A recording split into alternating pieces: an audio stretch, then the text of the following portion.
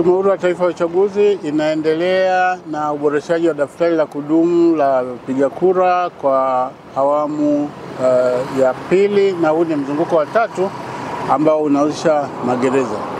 Sheria kwa sasa inahitaji mfungwa ambaye kifungo chake hakizidi miezi 6 na mahabusu anaruhusiwa kupiga kura, na vivyo hivyo kwa Tanzania Zanzibar wale wako vyuo vya mafunzo ambao hawazidi miezi 6 pamoja na mahabusu nao wanaruhusiwa kupiga kura.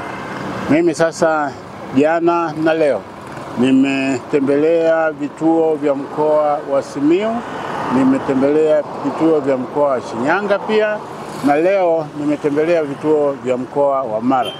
Zoezi linaendelea vizuri. Watu wenye sifa, wapiga kura wenye sifa wanajitokeza na kuandikisha kwa ajili ya kujiandaa na uchaguzi ambao utafanyika mwezi Oktoba kwa tarehe ambayo itapangwa. Zoezi kwa ujumla liko vizuri sana kwa sababu hakuna changamoto yoyote ambayo imepatikana ambayo labda inaweza katia doa zoezi. Naitwa Emmanuel Rwachuma Ruhinda, ni BVR operator.